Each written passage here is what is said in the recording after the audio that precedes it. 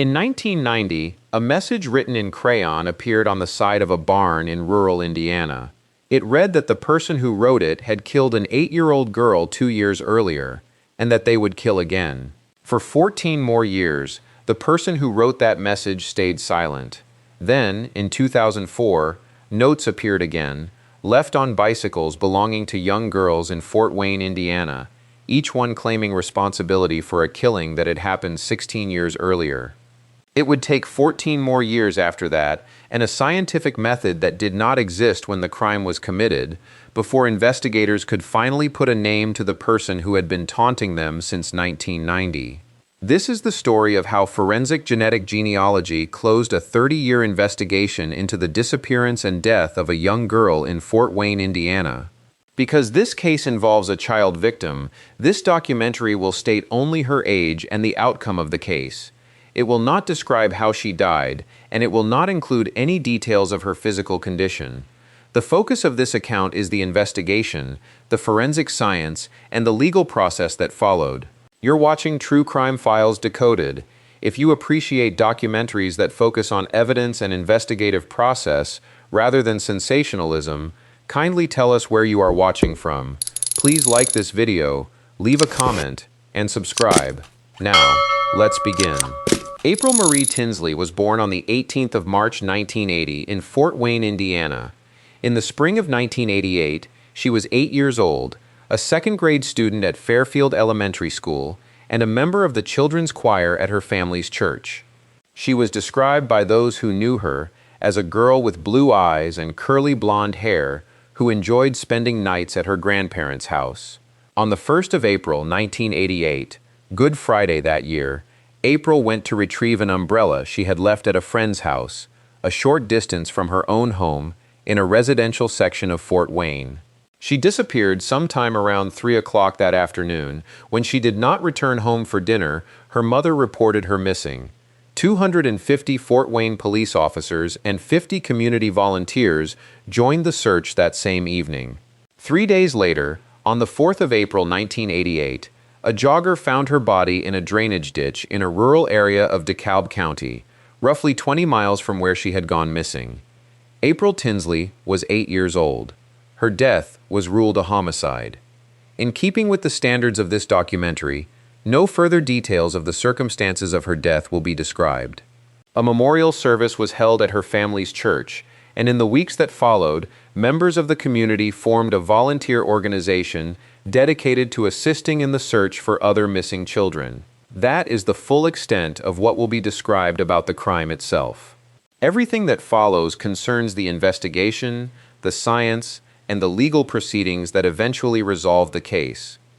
Investigators from the Fort Wayne Police Department, the Allen County Sheriff's Department, the Indiana State Police, and eventually the Federal Bureau of Investigation all took part in the case. Biological evidence was recovered from the scene in 1988 and carefully preserved. On the 26th of April 1988, samples were sent to a private laboratory in Maryland for early DNA profiling, but the results at that time were inconclusive. DNA technology in the late 1980s was in its earliest stages, and it could not yet do what it can do today: identify an unknown person from a biological sample alone, without something to directly compare it to. The case built an enormous file over the following years, more than 800 individual pieces of evidence, and, according to later investigative summaries, well over 1,000 tips and persons of interest, narrowed down over 3 decades to roughly 150 possible suspects. Detectives interviewed and cleared numerous individuals using the DNA technology available at each stage of the investigation. The person responsible did not stay silent. In May of 1990, a message was discovered written on a barn in a rural township near where April's body had been found. The message claimed responsibility for her death and threatened further violence. Investigators at the time also examined a possible connection to the unrelated case of another child victim in the region, but in August of 1991, the Federal Bureau of Investigation's Behavioral Science Unit concluded that the two cases were not connected. The case went quiet again for over a decade. Then, over Memorial Day weekend in 2004, 4 notes were discovered in the Fort Wayne area. left in a residential mailbox and on bicycles belonging to young girls in the neighborhood. Each note claimed the same responsibility for April's death 16 years earlier and included threatening language directed at the children who found them. The items left with these notes contained biological material. When tested, that material matched the profile developed from the original 1988 crime scene evidence.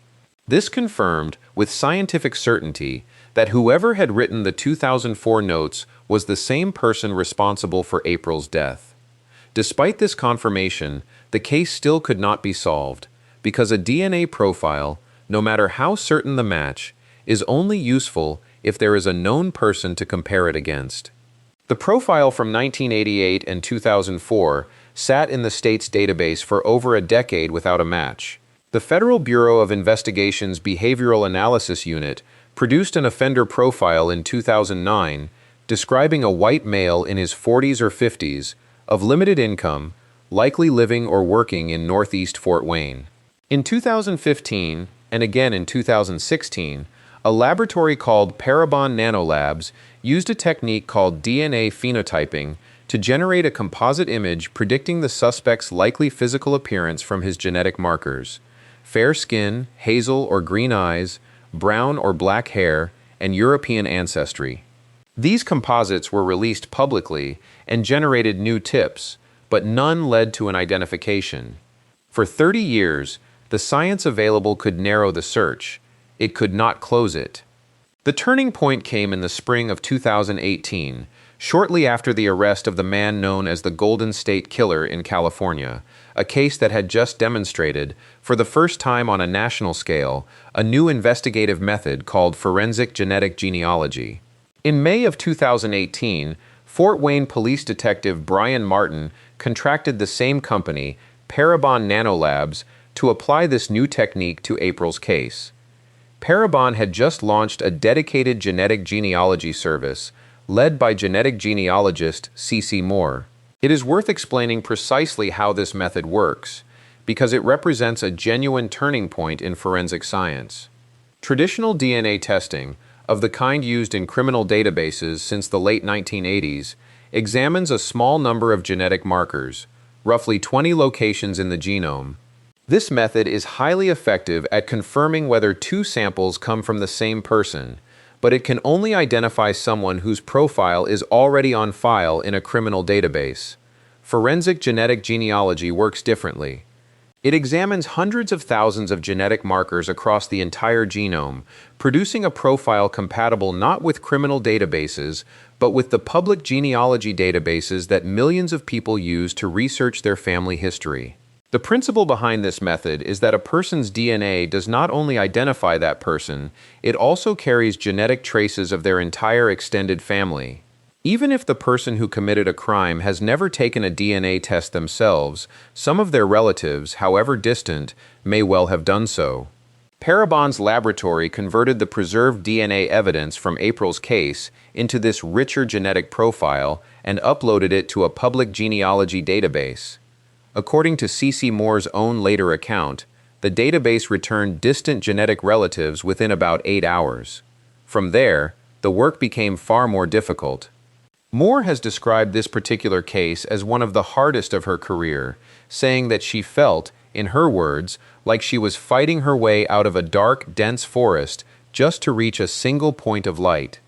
She has said she coined a phrase for the sheer volume of effort this case required: brute force genetic genealogy. Working forward from distant matches, tracing family trees across generations, and cross-referencing candidates against the physical traits already established through phenotyping, Moore and her team gradually narrowed an enormous field of possibilities down to a single extended family, and finally, to 2 brothers. On the 2nd of July 2018, she informed investigators that the suspect was one of these 2 men.